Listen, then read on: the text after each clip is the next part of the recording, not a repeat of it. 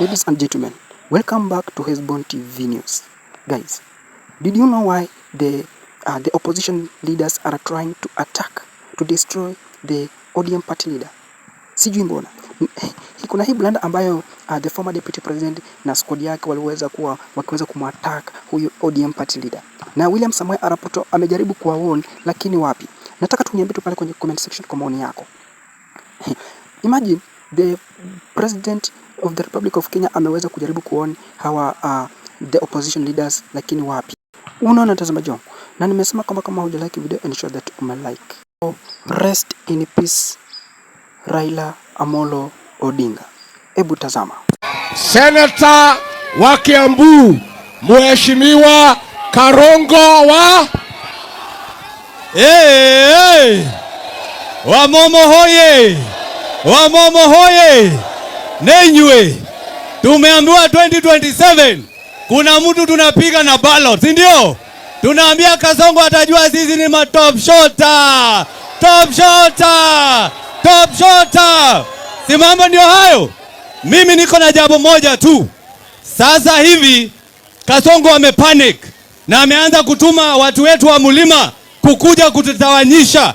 Ametuma kijana mmoja kutoka kule Kiambu, ameanza kukuja kupatia Rigiji masharti. Anaambia Rigiji ati lazima uongee na Waigoro, ati lazima uongee na Karinda. Wewe Moses Kuria, wewe tunakuona. Huyu Rigiji sio kupewa masharti. Si mambo ndio hayo? Kasongo ndio wa kupewa masharti. Na nawaambia wasome Biblia, Matthew 5 verse 24. Kabla hujakuja katika DCP, kabla hujakuja kwa Rigiji, enda kwanza watu wako wakukubali. Enda kwanza watu wakukubali. Si mambo ndio hayo? Tunawaambia wasije kupatia Rigiji masharti. Rigiji sio muosho umoja. Kama watu hawakutaki. Yule mtu wa kupewa masharti ni Kasongo. Yeye huyo anapatia Rigiji masharti. Vijana wakiuawa alipatia Kasongo masharti. Shai isipofanya kazi anapatia Kasongo masharti. Pesa isipofika shule amepatia Kasongo masharti.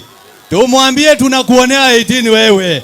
Tunakuonea 18. Na kabla hujaongea na Rigiji, wewe ni mpigaji kura Kiambu, kuja uongee na mimi kwanza. Mimi ndo seneta wa Kiambu. Top shota, top shota, top shota, top shota, top shota.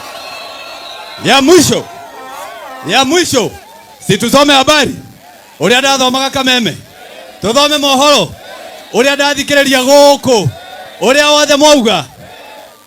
Ni mohoro kuma wa mumu ugithome.